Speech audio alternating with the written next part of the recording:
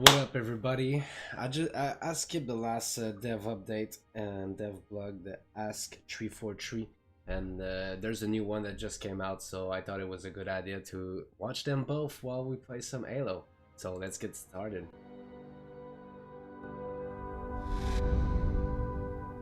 Hey everyone, it's Hijack here, and today we're going to be doing our first ever Ask 343 segment. Today I'm joined by Quinn Del Hoyo from the Sandbox team, and we're going to be answering some of your community questions You look like Master about Key. our latest Halo Infinite blog. Quinn, how's it going? Hey John, it's great to be here, man. Master Key. I'm excited to sit down with you and have a good chat and talk about all the Sandbox goodness that we revealed in that blog. All right, well, let's not delay any further. Let's just jump straight into some of these questions. We were getting them on Twitter. This first one is going to be, will weapon tuning for multiplayer affect weapon tuning for campaign? So I guess it's really question. That's a fun one. Good to start off on that one. So we on the Sandbox team, we're working to get tools in place, and it's to allow us to be able to make more changes and tweaks to the system that doesn't necessarily affect the other side of the experience. So an example here, like campaign, if we're going to touch and tune a weapon, for example, we are in the process now to trying to make that very much possible where we don't adversely affect the other side of the game. So an example could be if we're going to touch the sidekick and make it really powerful for multiplayer, for example, because something happened and we need to do that, and there's the meta is changing that way. We're gonna make sure that that doesn't necessarily adversely affect the campaign, and now we're shredding through brutes and grunts and all that. So the goal is that no, we want to make it, if need be, where we could tune one side of the game and not affect the other side. But we are doing everything we can to try to keep everything cohesive in feel of how a weapon shoots, how it fires, how the equipment is deployed, how a vehicle drives. Those kind of things we want to keep cohesive. But the tuning that can shift the meta, we don't want to have meta shifts that affect one side or the other of the experience. Awesome. Thank you for diving into that a little bit. I've got another awesome question, kind of talking about how you can use things and how it will affect gameplay. No! Will I be able to use a grappling hook to hijack a flying Banshee? I hope so. In short, sure. Yes, there's some skill involved if you're good enough. If you position yourself correctly and the Banshee is close to you, you can absolutely use the grapple shot to skyjack the Banshee. But it's not something that is just going to be given out for free. It's just going to be something that with a player's skill, and we want to reward that creativity. So yeah, you can do that. That's awesome. Thanks for the response there. I know I've done a couple Banshee skyjacks with the grapple shot. It's a ton of fun to pull off, but certainly not easy. Our next question is actually a follow-up from someone else about the grapple shot, and it is, can you use the grapple shot to pick up weapons off the floor in campaign and or multiplayer? Yeah, there was a grenade behind absolutely. me. If you saw in the demo that the this gameplay is actually reveal, just water inside. Gameplay reveal. I've been using the same. Past July, Master Chief was able to use the grapple shot to pull that fusion coil to himself, and then chuck it at the shade turret. Wow. Same rules applies. This is a sandbox game. We're trying to make sure all the systems intertwine and intermix with each other, so there's player creativity. So if you're accurate, you could definitely see a weapon on the ground and use the grapple shot to pull it to you instead of you going to the weapon. Very cool. I've done it a few times in campaign. Sometimes intentional, sometimes not intentional, but it is a lot of fun when you do it on purpose. I'm going to jump over to the next question. Sticky me and I'm confused about the line, weapons on day one will assuredly be different after multiple updates and patches. Doesn't this mean the weapons included in the base game, in the 1.0 version, will be altered, or simply that new weapons will be added? And they're referencing a quote from our Halo Infinite blog. So in short, the answer is yes to both. We are going to have weapons that are altered, the weapons that launched with the game originally. Those will be altered over time, and then we're definitely going to be introducing new weapons. brand new weapons, never before seen weapons, classic weapons, legacy weapons, all those kind of things we'll be looking at and discussing and figuring out what brawl? the game needs at that time. But just I guess to clarify a little bit with altered weapons that go out day one, when we say alter, we're primarily going to be looking at things that are meta shifting and tuning knobs, but we're going to do everything we can. And I guess previous to the last answer and the other question is, we're going to keep weapons, the feel of the weapons, the same, and the roles of the weapons. We're not going to take a weapon and change its role. I got him. Up. We're not going to change the feel of the weapon. The BR-75 is going to play like the BR-75. It's going to have that 3-round burst. It's going to have that cadence. But we'll be looking at things, for example, the damage output, for example, or perhaps maybe the accuracy. There'll be some things that it will change over time, or maybe max ammo. Fucking Christ. Or maybe the ammo that you pick up on the initial pickup. There's knobs at our disposal that we'll look at, but we're going to maintain the roles and the feel of the weapons. So when we say alter, those are the things we're going to try to stay away from. But that being said, never say never. Crazier things have happened, and you know, this is a service game, so we'll have to see as we go. But anything that does change, we will communicate to you as the players the what and the why, always. Very cool. So both, yes, we've got communication the tuning is as the well key. as a bunch of new stuff coming down. And I'm really That's glad awesome. you guys started to do it. The next question. Really so glad. obviously we know that bullets are sort of the standard damage type, and plasma is the shield stripping one. What damage type does the Ravager have, and what does it specialize in? The Ravager is a plasma weapon, and it's in the brute line of plasma, where it's red plasma. So there's a little bit nuance from the dark side, the classic blue plasma, where it burns a little bit hotter, it overheats quicker when you use it. So there's a little bit of nuances and tendencies that we wanted to build into even within plasma, whether it's brute or the classic Covenant style plasma. So that's what the damage type the Ravager is. And then something with it and kind of how its role in the sandbox. If we look back at the campaign reveal, it is it's a burst weapon that has AoE to it. And the reason we wanted to have burst in there is that players can choose how much do they want to spread that damage out over whipping the weapon across an area, or do they want to have it more concentrated? And if you want it concentrated, then you have to maintain that time on target to that specific area.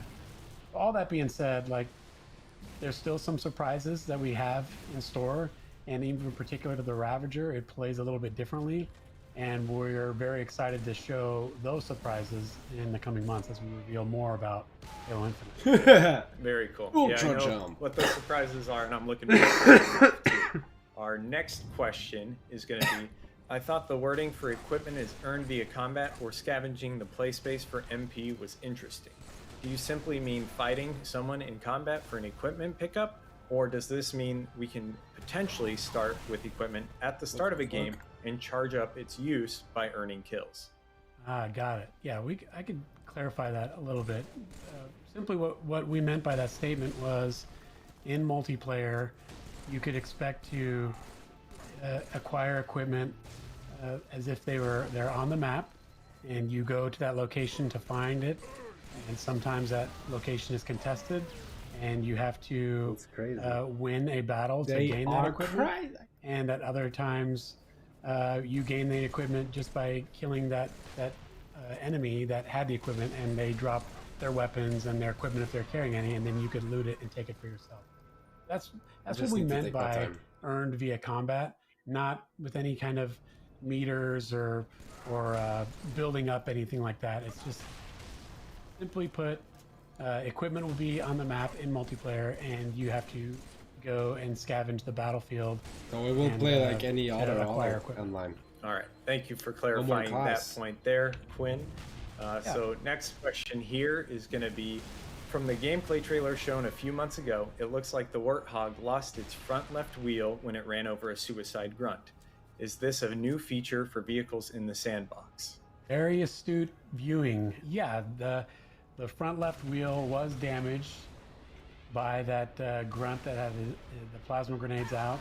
That is something that we have a new feature that we're not totally getting into, but just to tease a little bit, because it's exciting and it's really cool, is that we are putting more effort into a fully fledged damage response system to our vehicles, because we wanted to award our pilots and our drivers, our wheelmen, if you will, that when they drive the vehicles that we're going to be having in Halo Infinite, that there's more to it than just simply health.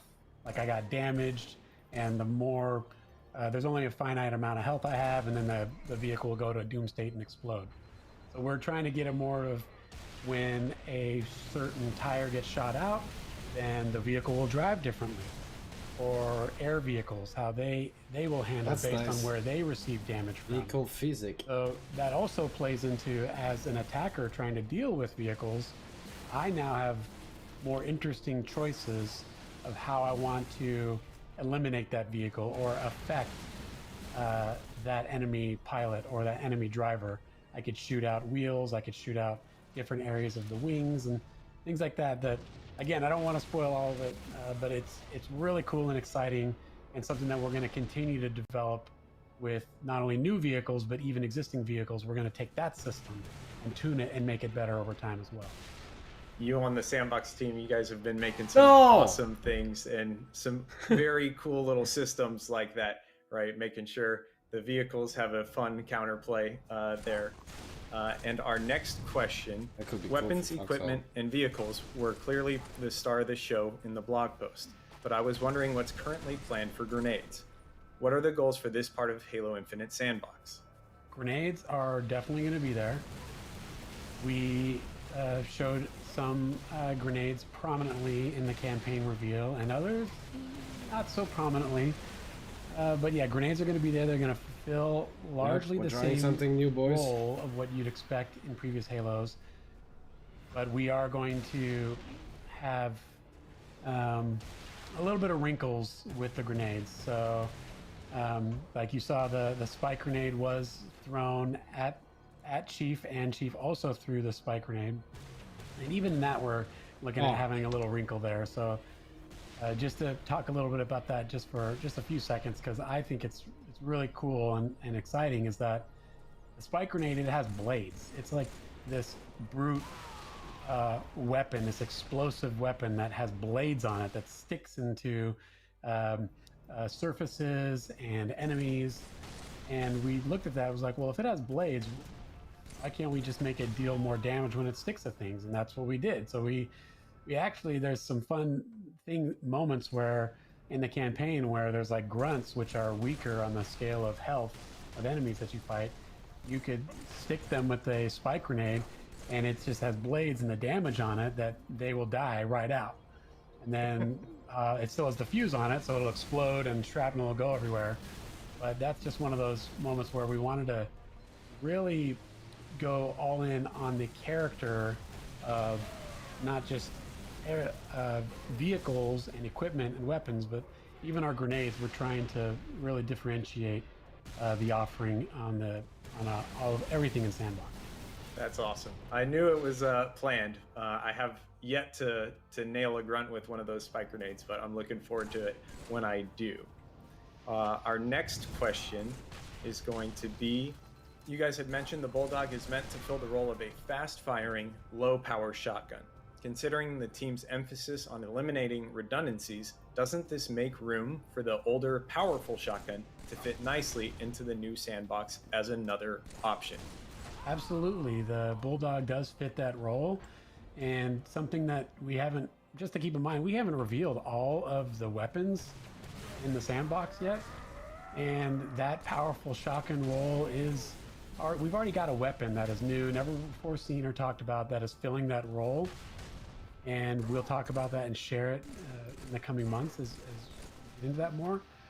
But just to clarify, And to re-emphasize what I said earlier in a previous question is that we're always going to be looking at new, not just brand new weapons to bring in, but where do the legacy and classic weapons, where's it, when, where, and how do those get to come into the title? Because that, to me, this is something that we're really excited about, is that this is not just a Halo game that we're going to get out and then be done with and move on to the next Halo title, but we're always going to be looking at how do we keep updating this game. That's exactly where new and legacy returning weapons can fit in as well. Thanks for that answer. I know the classic shotgun is definitely a fan favorite weapon, so we were anticipating quite a few questions around the Bulldog there. And this next question actually is pretty similar, or at least along the same vein. It says, has the Magnum been reconsidered to be added into the sandbox? I like the new pistol and all, but I think having the original sidearm is a must, being such an iconic weapon. We didn't want to do previously where the Magnum changed from Halo CE to Halo 2, and then it changed again from Halo 2 to Halo 3, and then so on and so on. Every new Halo game seems to change legacy weapons, and that's something that we don't want to do. We're going to bring a legacy weapon back. We want it to be and play like that weapon that players remember and understand without having, so it's gonna be the most powerful weird pistol. design decisions on why this thing is changed. Except that revolver we really want thing. these things to be what they are, and so that's where with the Magnum, we wanted to have we wanted to make sure that when we do it, that we do it right, and with our design goals of pistols being like pistols and not being hyper accurate from really far away. That's where the sidekick is where that weapon is. It's that true sidearm that someone can use quickly and efficiently. And then our rifles play much more closer to rifles. So I guess that, I don't know, I mean, I could talk forever on this stuff, and that's why I like doing these kind of things, John, and talking about the sandbox, but I guess I don't, I'll just cut it short there, is that, yeah, we love the Magnum. It's special in our hearts. And when and if and how we bring it back, we want to make sure we do it right, and that the fans will recognize it as the Magnum, and we're not tweaking it or changing it from what it used to be. All right, so the sidekick pistol is very similar to the gunfighter Magnum from Halo 5 then, kind of, right? Yeah, sure. I think that's a pretty good way to look at it, for sure. Okay, cool. Yeah, that's kind of at least how I view it when I go hands-on with it in our playtests and stuff. But gonna keep on moving because we've got a few more questions here. What past Halo game has your favorite sandbox? Wow, you're gonna hit me with that, huh? We've been going this whole time, talking about Halo Infinite, and now we're gonna bring out this favorite sandbox question. That's really tough. You know, I think as I look back at it, I would have to say my favorite would be probably Halo CE, even though it's a very small sandbox. Like there's very few weapons in that, which makes it very easy to have really strong nuances and differences between the weapons. But I think that one would probably barnac, this guy never reload, man. And I think just to use an example from that would be the plasma rifle. I really liked how that it offered something different and something you haven't seen in any Halo since then. And for those of you that don't know, I'm mainly referring to the look stun, or when you shot at least in multiplayer, when you shot another opponent with that there, it would make it very difficult for them to actually turn. Their turn speed was slowed down, and then so it wasn't the strongest weapon at all, but it was just this fun a combat decision of grabbing that weapon and coming up behind someone and making it very likely that you'll be able to end them with a melee kill. So that, to me, that weapon combined with that sandbox, that small, tightly knit sandbox, Halo CE is probably my favorite. It's a good choice. I've always liked that plasma rifle stun, kind of how you can slow him down, get close, and finish the kill with that melee. And our next question is going to be very similar, and along that same vein, it's going to be, what's your favorite legacy weapon? Again, man. This is okay. And favorite sandbox, now it's favorite legacy weapon. Okay. Man, I think I would, there's way too many to choose from here, but I guess something that I have that I would look at, I think there is not necessarily out of the, like, I'm going to pick something that is not necessarily the best or most powerful or anything, but I think I like the gameplay loop and feel of the needle rifle from Halo Reach. I just thought it was just really fun to fire, and it was this really interesting hybrid weapon of, you combine a needler and almost like that Covenant carbine or DMR, I guess you could say. Fuck you combine these two and smash them together, and then you get that fun loop of precision, but pairing it with the needle of the super combine. You need to get so many needles in your target for them to explode. So that is probably one of my just more favorite, I guess, weapons in the Halo sandbox. At least we're looking at legacy wise. That's a good choice. It's definitely a fun weapon, especially when you get that super combine. It's like, even if you're missing the headshot, you still get that awesome super combine, and they blow up, and it's still rewarding and satisfying. Yeah. So I'm thinking we've got time for one last question here, and this one is going to be about the Sandbox Team Crest. How did this design of the Sandbox Team Crest come about? Not gonna lie, the more I look at it, the more questions I get. Yeah, okay, well, this is an interesting one. I wasn't really expecting this to talk about this, but yeah, so we're a big believer on team, and that even though we have really talented individuals here that are accomplished in their field and are really good at what they do, that we are best when we are combined and work towards a common goal. And for me, that crest is something that we wanted to have as something that has meaning. And so everything in there has meaning, from the motto, which is Pack of Pride. That's a motto of us as we work together as a pack. And the pack relates to the animal on the front. No, it's not a made-up animal. It's actually a African wild dog. And I don't need to get all into that, but it's an African wild dog, which is a pack hunter and one of the most successful predators in the animal kingdom. It's ugly as sin, but that's we love it.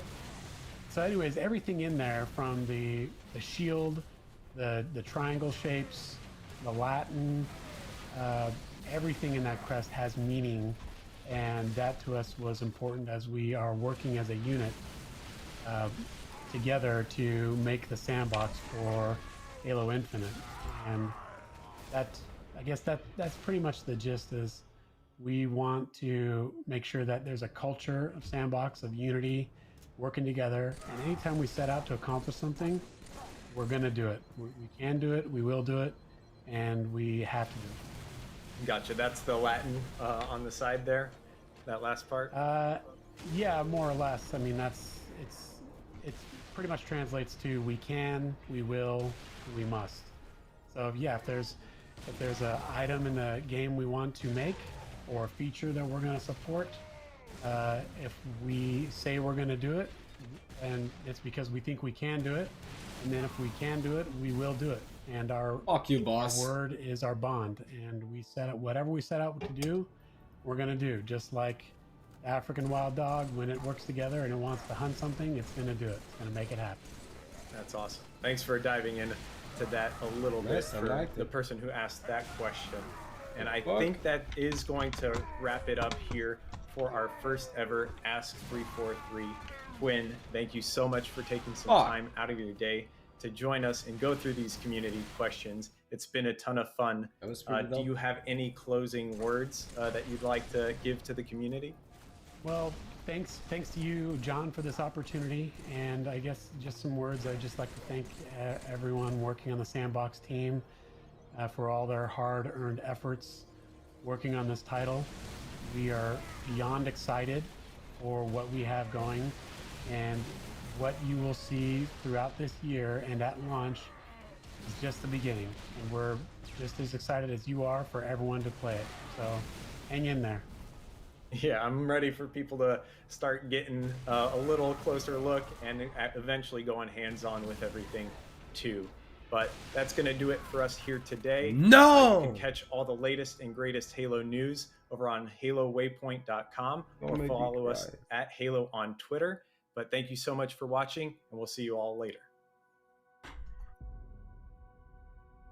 Okay, so let's watch the one that was yesterday. Oh, I should have a look at the comment section.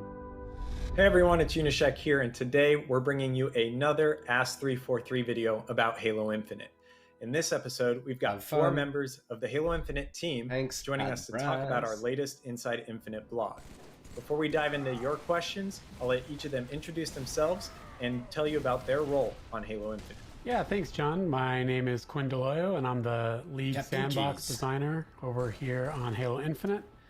And what that means is I'm just responsible for overseeing the direction on all of the weapons, vehicles, abilities, equipment, items, all that kind of stuff, all the toys that the player interacts with. My name's John Mulkey. I'm the lead world designer, which means I run the team that gets the fun of bringing all the pieces together to create the world you're going to explore in Halo Infinite. So sort of running the team where all the rubber hits the road. All the efforts of everybody comes together with us, making sure we're making it shine. My name is Troy Mashburn. I am the gameplay director on Halo Infinite. So essentially in charge of gameplay across the entire campaign experience. I'm the campaign art lead for There's Halo a lot Infinite, of people. So a lot of my job revolves around kind of ensuring the art quality on the campaign is going well and looking awesome for both the fans and people who are making the game. Awesome. It's great to have you here today. We're going to be answering a few community questions today. So our first question from Twitter is, the dynamic day-night cycles look fantastic. Can we also expect some degree of dynamic weather? Yeah, that's a great question. Part of our job on the art team and the graphics team was to make the ring feel alive, right? And so a big part of kind of a living ecosystem is weather, at least on our planet, and we want to emulate that on the ring. So we've definitely added things like there's a really cool wind system, which is not just visual, but also audio. We have fog systems, you could call them, that come in to different altitudes and different times of day. We didn't go down the road of having rainstorms and thunderstorms and snowstorms and things like that for our launch this year, but we're really excited about the future and what that might mean for things like that. Gotcha. And yeah, day and night is super cool. So yeah, we're looking forward to getting more hands-on with all of that. The day-night cycle in Infinite looks and sounds amazing. Is time of day going to affect how enemies respond to your presence or change types, groups, numbers of enemies depending on what time it is? Question. So when you're moving through the world in the darker periods, you're going to end up seeing more patrols of phantoms, moving through the space with searchlights and that kind of thing, which is pretty cool. And it like adds kind of an eerie element to what's going on around you. You'll probably run into more opportunities where grunts are sleeping on the job, get the drop on some enemies that way. And then we've done some things to try to kind of emphasize, honestly, just like cool things that would look good in the dark spaces. So we're going with things that have like more emissives on them and that kind of thing. So you'll run into like shield jackals and that kind of thing, because when they put the shields on, it looks really cool, in the dark. And honestly, it's simply because it just looks really cool and it's really fun to fight those in that kind of environment. We put more coils in place and stuff like that because they glow and have really cool effects in the darker spaces. Enemies with personal shields, that kind of stuff. Those are the kinds of things you'll see as you're going through the darker areas when it's in the nighttime cycles. That is awesome to hear. I actually didn't know about a few of those things that you called out. So looking forward to going back and playing, especially at night, so I can experience some of that for myself. Our next question is actually going to be about wildlife. Wildlife was confirmed in the last Inside Infinite update. What kinds of wildlife can we expect to see? And will all the wildlife be friendly, or will there be some that are hostile to the player and to enemies? So yeah, we will be having wildlife in the environment. We don't have any hostile wildlife in the environment. We wanted to focus the idea on the battle between the Banished and the UNSC forces, Chief, pushing back against that. So we didn't want to bring in the idea that you're fighting the ambient population of the ring. But we do have them as an element that really brings the ring to life. I think people have seen the Space Gophers. I don't know what the franchise name is that we've gone with those yet. But we call them Space Gophers, lovingly within the studio. Everybody wants plushies of them, which is nice. We have some bird kind of creatures that are flying around and stuff like that. Some of those will actually draw attention to locations. If you see birds like circling up in the air, you might go, "Oh, what's over there? Check that out." That's pretty cool. It's something that I missed when we talked about day-night cycle. Some of the wildlife that we have like a bioluminescence kind of quality to them, and so in the night cycles, you'll see some of those come out and be more prevalent, which looks really cool in the darker spaces too. Wow, I'm learning quite a bit today too, so that's very exciting to hear, and I'm sure the community is going to love all of that when they get to go hands-on with it too. I'm going to keep us moving on over to our next question though. This one is there a plan to bring back dual wielding in Halo Infinite? Currently, no, that's not in the cards right now. And just to get into that a little bit is whenever you set out to make a game the size of Halo Infinite, there's just so many things you can do. I think we have a very talented team where we can do anything, but we can't do everything. And so we wanted to really focus down on the weapon, the gunplay, grenades, melee, and where we wanted to put that bet this time was on equipment, bringing equipment back. And so right now, dual wielding isn't necessarily there, but we're fucking that's leaving because we're trying to focus on everything, on all the other things that we're working on. Gotcha. So it's more to just keep the team focused and make sure the stuff that is there is fantastic. Uh-oh. Playing some deep That's shit, right. Yeah, boys. focus on what we have. Yeah, totally. Gotcha. Thank you for that. I'm going to keep us moving along to our next question here. Will there be playable elites in Halo Infinite? Okay, that's another big question. Similar to the last answer. That's just great, no, we're not currently planning on supporting elites as a playable character in Infinite. And the reason is, this is a Master Chief story and a Spartan story, especially in multiplayer. We want to make sure that we focus on how Spartans battle against each other and that it feels fair and it's competitive, it's balanced. And, we love elites, but never say never. Maybe we'll see that one day, but right now the current plan is you're going to be playing Spartans. Gotcha. Thank you for diving into that a little bit deeper and giving us that explanation. Well, GG. Our next question, will there be weapon upgrades in the campaign? I'll say early on we toyed around with that idea of adding weapon upgrades into the game, being able to customize your weapons, and this started leading us down the road of keep firing, soldier. Weapons, you're going to want an expanded inventory, and we started really heading down this rabbit hole, and they're all features that we liked and we thought were really cool, but the game started to veer away from what we felt like Halo was all about, and we decided instead to take a different avenue. So there are things in the game that you can progress.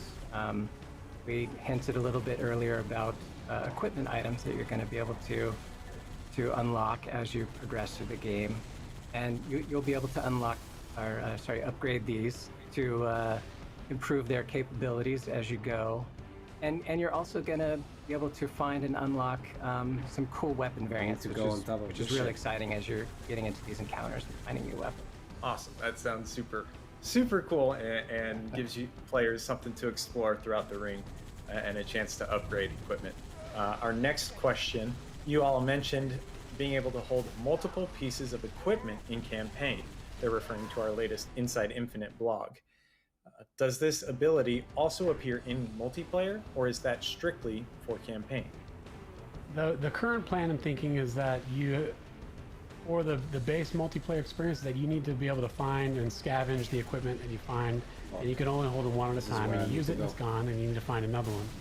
That being said, we are putting plans in place to allow players to customize the game via custom game options, like Halo's Legacy, where you can be able to hold multiple equipment in the multiplayer custom game that you're creating. So that is the current plan, and we'll see if we could make that happen.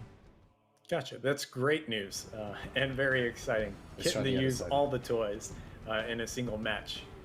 So thank you for that. I'm going to take us on over to our next question. Is the game going to be open world or semi-open world? I think when you talk about open world or semi-open world, there's a lot of preconceived ideas of what that means. Are you going to be out there, gathering leather and crafting and those sorts of things? And that's not what we're about. We were inspired very early on from missions like Silent Cartographer from Halo Combat Evolved. And this mission, one of the things that really stuck with me is how open it was, how much player freedom, player choice you had to decide where you want to go. What the fuck? When to engage. It has No, you can go what the inside, fuck? You can go outside, you're driving on your Warthog, you're with Marines. Get inside, So Marine. We wanted to No! talk about reboot, No! or the spiritual reboot of the franchise. God damn. We wanted to capture the essence of this feeling of player choice. And so I think when we talk about world size, it's good to understand how we got to the size of the world that we have. Now, if you think about missions, in game, like in Halo 5, there's on Meridian, there's a mission where you're driving a Scorpion up a road, and it's cool. The space is designed for the Scorpion, and once you complete that mission, you leave the Scorpion behind and you go on to the next mission. But what we started asking ourselves is, what if you could keep that Scorpion? What if you could drive that Scorpion to the next mission and use it again?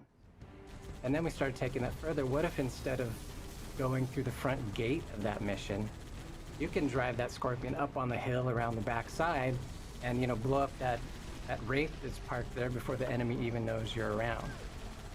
And this really struck a chord with us where Got it, boys. that's what that experience that we felt in Silent Cartographer really was about. It was about giving me a bunch of toys to play with, putting me in this world where I can choose how and when and where I want to use those toys, and approaching the situation how I like. And so going back to the world size, we expanded the world to account for this kind of combat, or to account for Halo combat. So we have bases that are open. There's a road leading up to the base, but there's also the hillside. And you can follow that road down to another base Child of Marine. behind the mountain. But it's all still, it's Halo combat. It's not trying to be anything else. And that's what's really exciting to us. It's that expansive Kill them all. combat area that you really felt like you had in Silent Cartographer, realized now with the cool next generation consoles. That's awesome. And I always don't drive enjoy in. playing the game in campaign, whether I want to roll up with a tank like you mentioned, or start picking people off from afar, or even just go in guns blazing. It's always a ton of fun. Our next question from the community is, I know that exploration is a major focus of Infinite, but what I'm curious about is biomes. What sort of environments, if any, can we expect on Zeta Halo aside from the Pacific Northwest inspired landscapes we've seen so far? Yeah, another great question.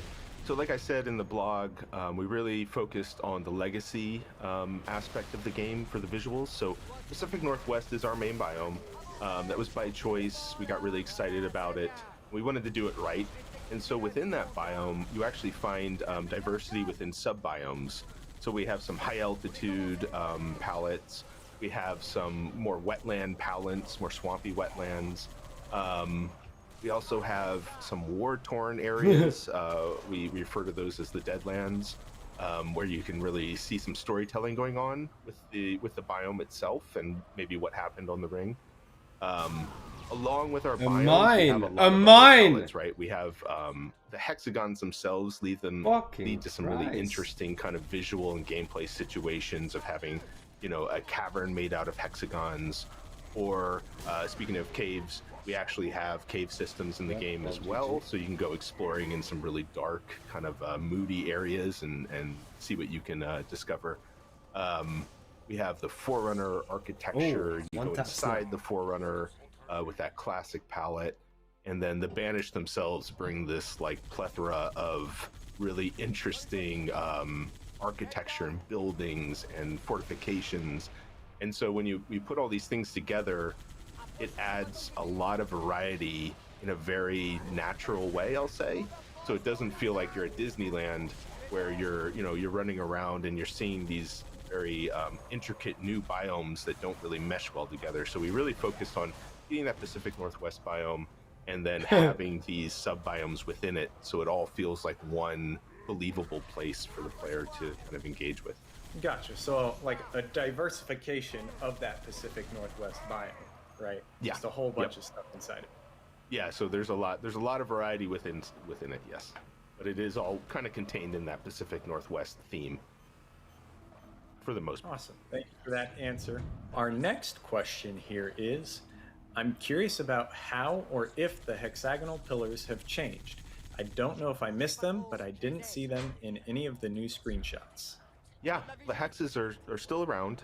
They're one of our early decisions around the game of having kind of this underlying structure. I think I mentioned this in the blog, this underlying structure on the ring itself. And again, this has allowed us to go in this path of having massive destruction on the ring without it becoming really noodly and noisy and complex.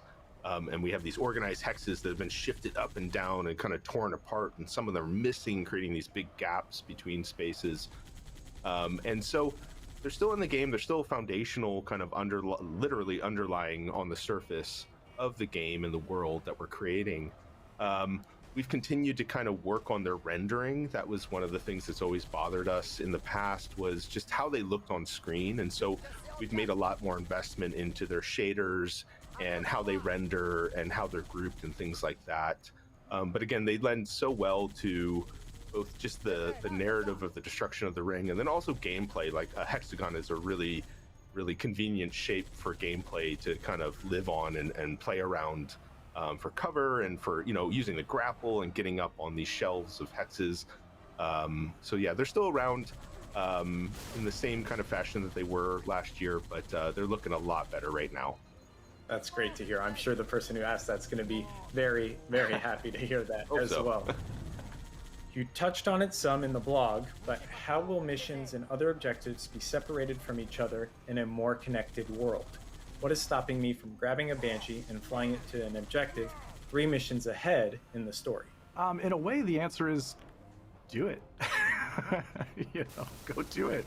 The way that the game is structured, the primary narrative moves through the game, there's certain things that just naturally, by the structure of the game, sort of, you don't have the opportunity to jump ahead and sort of sequence break and break the experience. The game embraces this to a degree.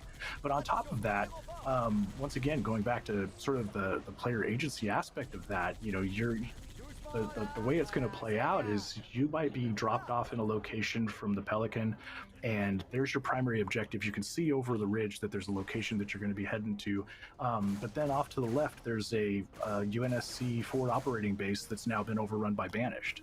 No, do I go down there man? before I go to the main story beat, or and take that back, and then maybe I can pull in the vehicle to go use? I could gather up different, you know, my loadout, change out my loadout to what I want to do from the things that I've unlocked.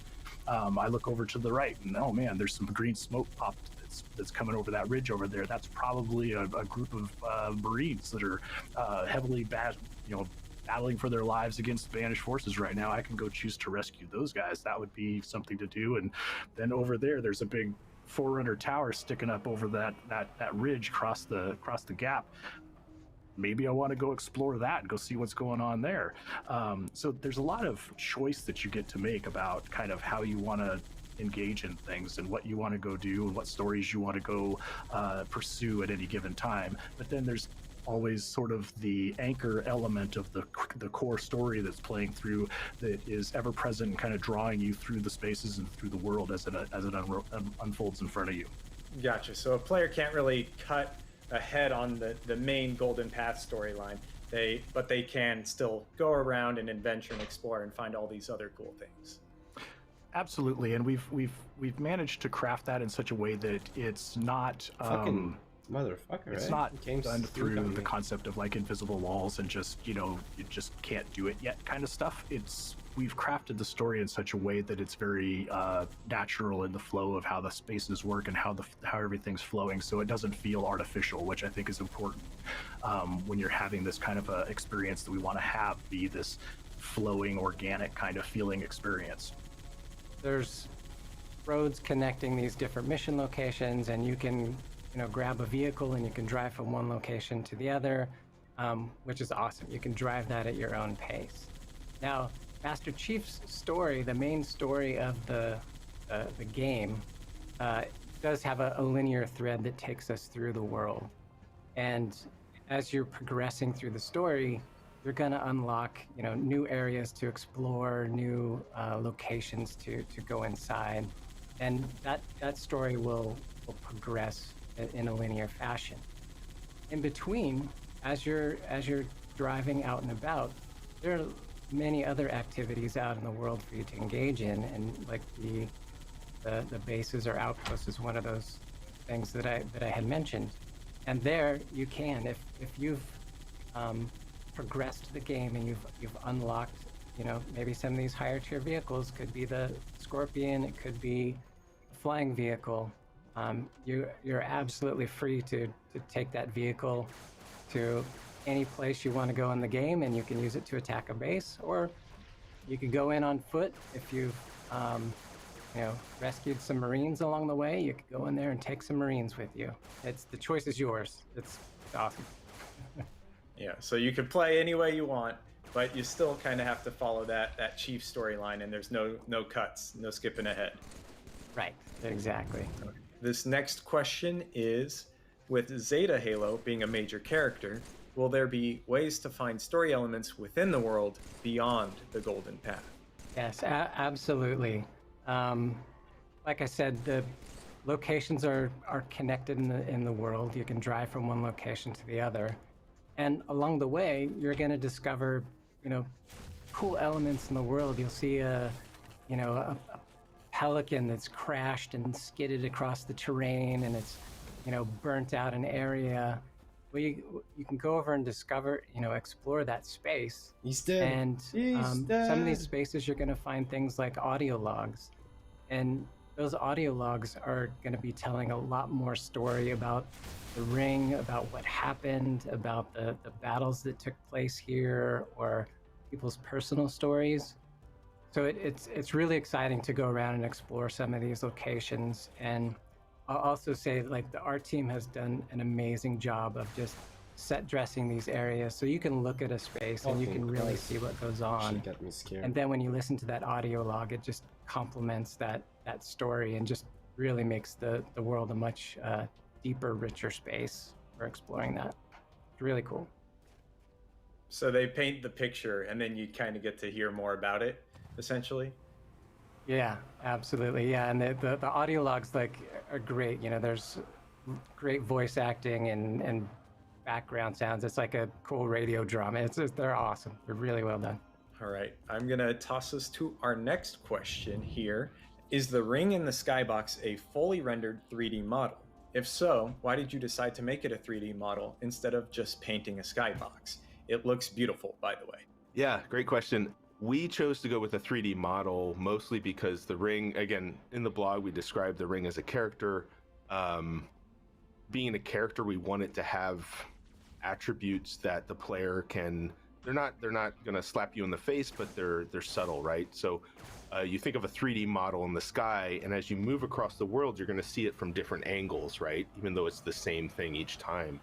And so we were able to kind of give different attributes to it in a 3D model versus if it were just a 2D in the sky painting, you don't really get that that parallaxing play of shapes and kind of details. And so making it a 3D model allows us to do that. It also allows us to bridge the gap of when you're on the gameplay space island and you're looking off across the world, you can kind of see where it connects back to the ring and then goes up into the sky, and like that I'll call it that 3D-ness is really compelling, and it's really awesome. And then it plays really well with our day-night cycle. So you see the day-night cycle, you know, the star, the light source sun rises, and you can see the shadows on the ring kind of change because it's a 3D model and it's actually casting shadow. So it just allows us for some really cool stuff. The other really neat feature there is at a certain time in the day, the cycle rather, there's an eclipse, and so the ring actually eclipses the sun, and you get this like midnight feel. It's pretty brief, but it's really neat kind of moment while you're playing. And so having a 3D model allows us to do kind of really interesting things like that. That's exciting to me. And all of that is because you went with that 3D model instead of the painting? Yeah. That just allowed us to do a bunch of that stuff that I was rambling through there. Awesome. That actually brings me to my next question. How will the day-night cycles work with cutscenes? Will they also be integrated into them, or will they always be in a predetermined time? This is a good one. This is awesome. I'm glad somebody asked this because it'll be a great point of clarification. In Halo Infinite, we don't do what might be considered traditional cutscenes so much because there's not like pre-rendered things. Everything's done live in the engine. And we really focused on the idea of like doing smooth transitions. So Chief will move into a particular interaction, and the camera kind of pulls from the head and transitions into the scene, but everything is playing out right in the space. So whatever time of day it is, it's going to be that. Whatever weapons you have in your hands, those are the ones in the cutscene. And then it'll transition back out, continue on playing. We're really looking to try to present that sort of seamless experience as you're going through. So we didn't have that sort of game cutscene, back to game cutscene kind of experience. We wanted it to flow and just have the story just play out as the experience of the player. So there won't really be any differentiation. It'll be live, happening in engine whenever it happens. That is great to hear. Just a very smooth flow from cutscenes to gameplay and back and forth. Yep. Fantastic. All right, gonna keep us jumping on over to our next question. What techniques does the team implement to really bring out the scale of the world of Zeta Halo? Emphasis on certain elements, etc., etc. That is a great question. One of the challenges we have with making a world that is both alien and ginormous, like the ring, yeah, that's my science word, is that scale can get really tricky, right? Because you want to build this giant ring that implies all this other space that you can literally see, you know, wrapping up around you. You have these large or huge 400 structures all over. And so how do you make it so that you as a player don't feel like a little kid in this space? You want to feel like a super soldier, right? You don't want to feel like a small person running around this big space. But those features are so important. Those giant features are so important to kind of the epic scale of a gameplay space. So one of the challenges we have, and one of the reasons why, again, we lean on any biome that we create in a game, is it brings back scale to the player, right? And so you look at grass or you look at trees, people can use those to judge scale against a giant 400 structure. If you see that structure alone without anything around it, it's really hard to tell what the scale of that thing is. So you need things to be able to compare it to within the same kind of shot.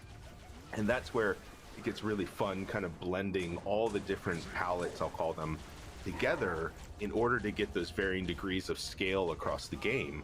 And so, you know, you saw in some of our screenshots, there's these big mega structures in the world, and you'll see next to them there are trees, and these trees are not small, because as people, we know a pine tree is, say, 20 to 30 feet tall. It's like a random guess, right?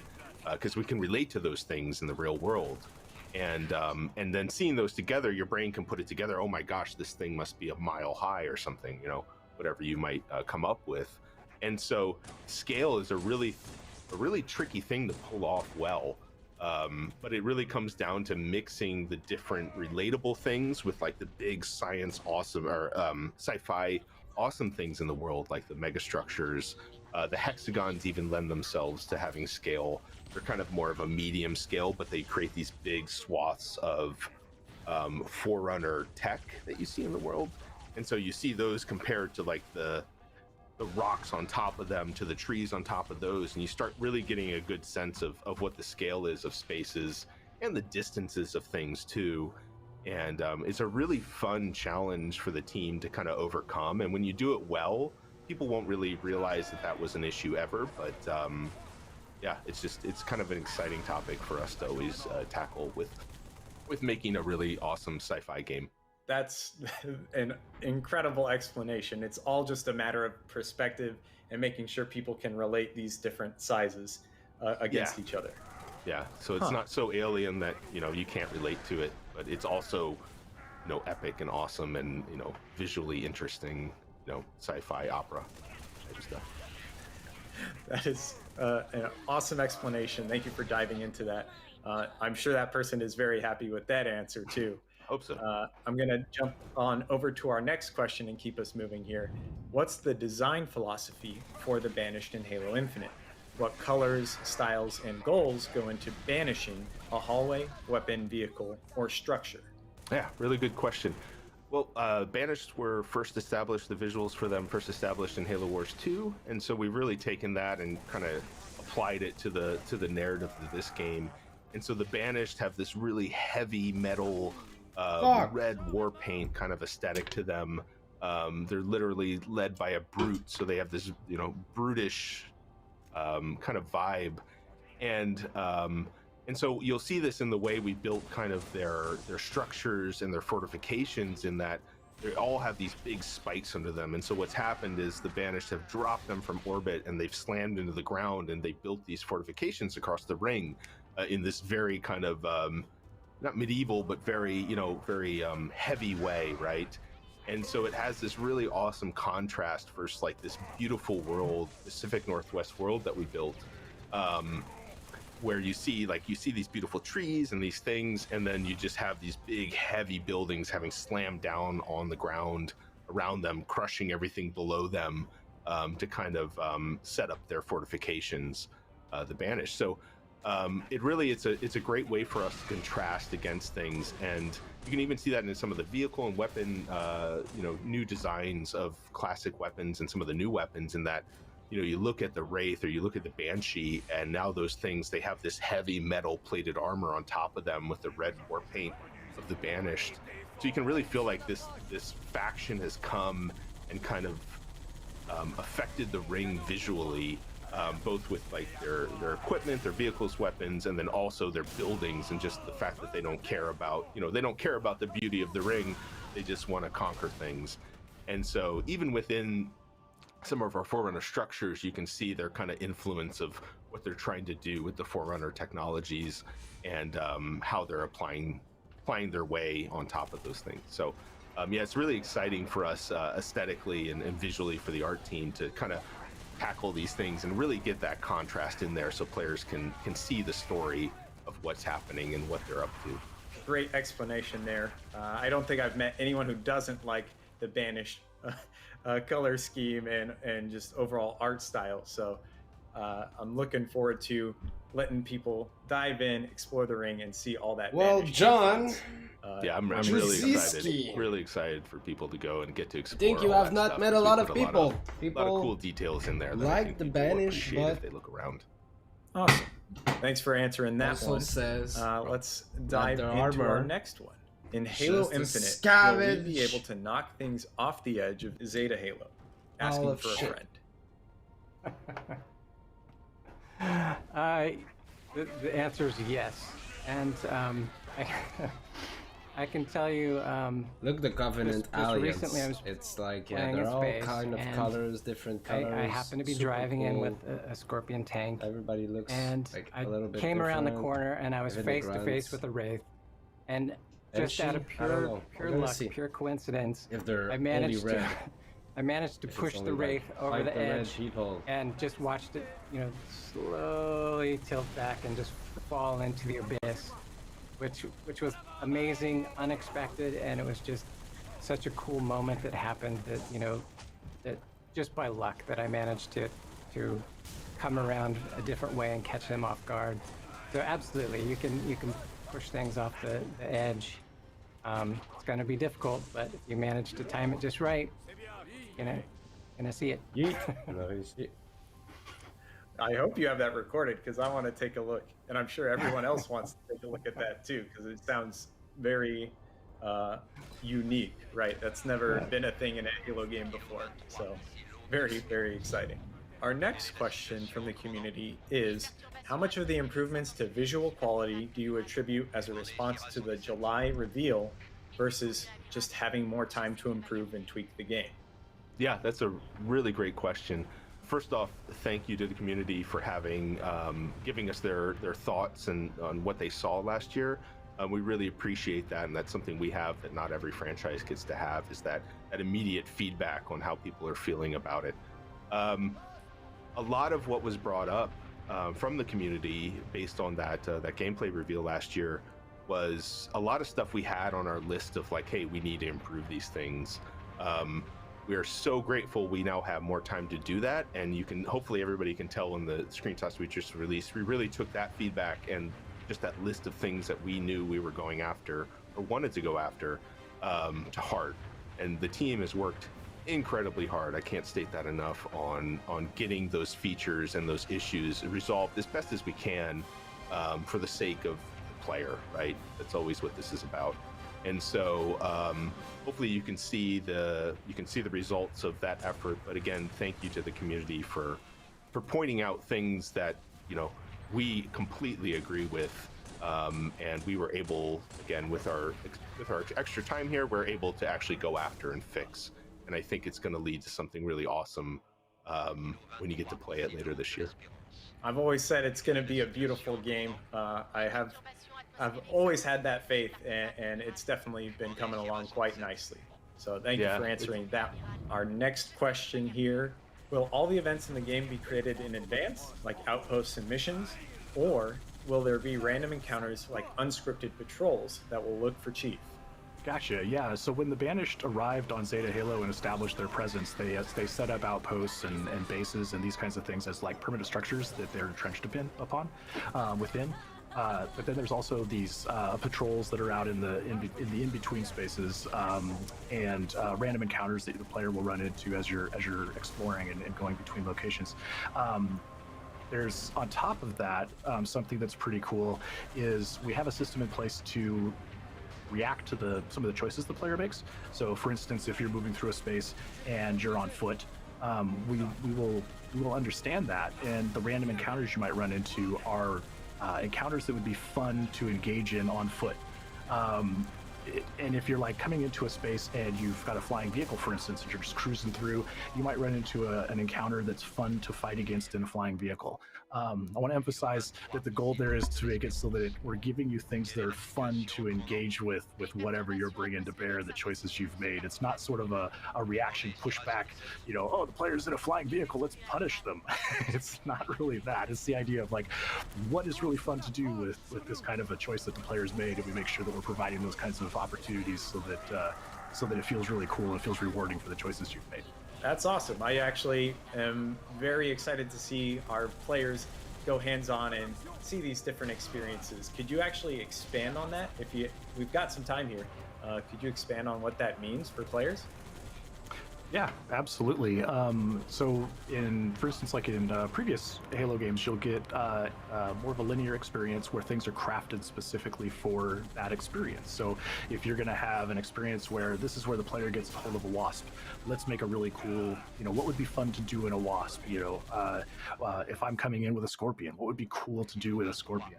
And in our game, things are a little bit open. In Infinite, it's more open-ended than that, and so we want to still be able to present those opportunities where if a player perchance comes into this encounter with Scorpion, we want to have cool, fun things that you would do when you're in a Scorpion. You know, we want to make sure that you have those elements and that we have that kind of a play experience. If I come into this space perchance in a Wasp, we want to make sure that there's what would be fun to do in a Wasp is presented to you. So it's trying to preserve all that really fun kind of crafted thematic gameplay elements that you would get in a more linear experience, and applying it to this more open-ended approach, and ensuring we still have those fun opportunities.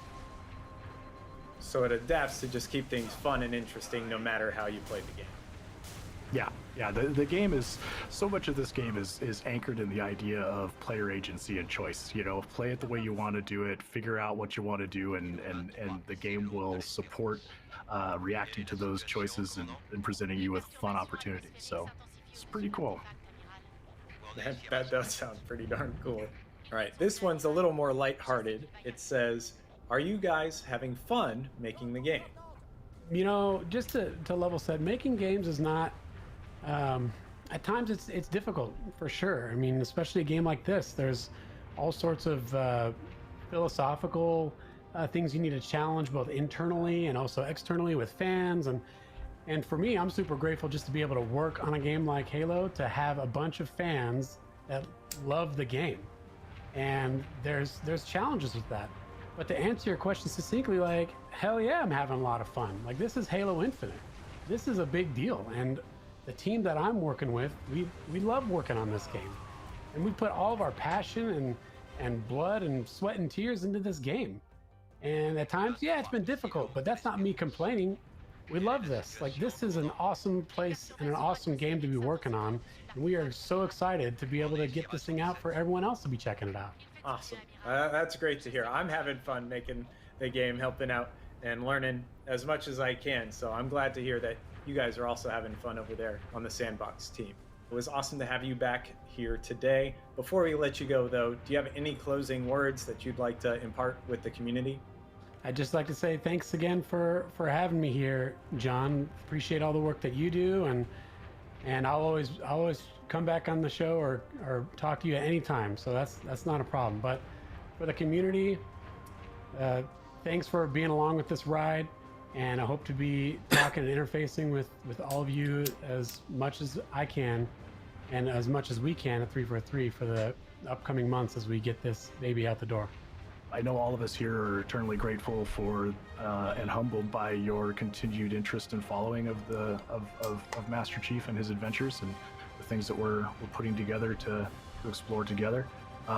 That's great, you know, and the questions you've posed today, you know, just reinforce that, you know, that there's interest in what we're doing and you want to know more. And I can't wait until you guys get this in your hands and Yes. you know, get a chance to experience it. And I'm really looking forward to the different stories that you experience and share, YouTube and, you know, online and that kind of thing. So yeah, just a big thank you, and maybe I'll see you in co-op. Thank you for being the community, right?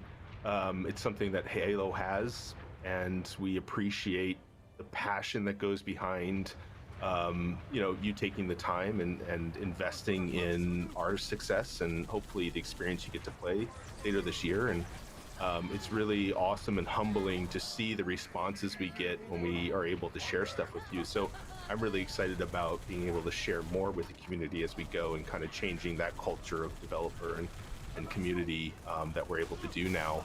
And yeah, just a huge thank you. And also a thank you to the team for working so hard. It's just an immense amount of time goes into making these games. So being able to see a positive reaction from the community really makes our work feel good.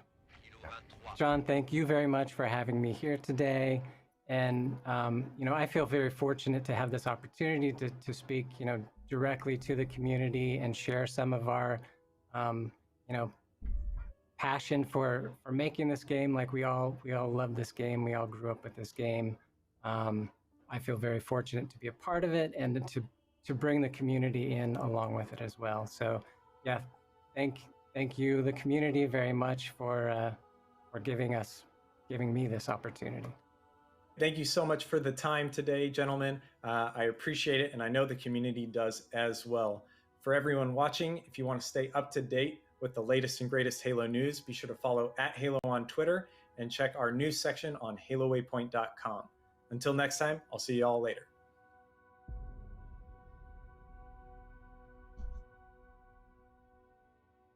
Was great, was good, was cool. They had some good question.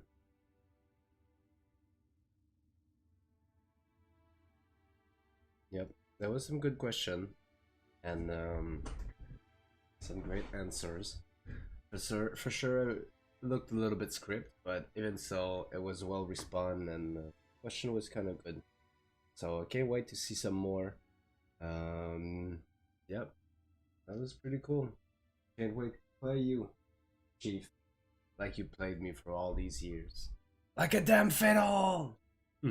Have a great one, boys. We'll see you. I'm continuing the stream only on Twitch, though. So, sign up. And on my Facebook Live.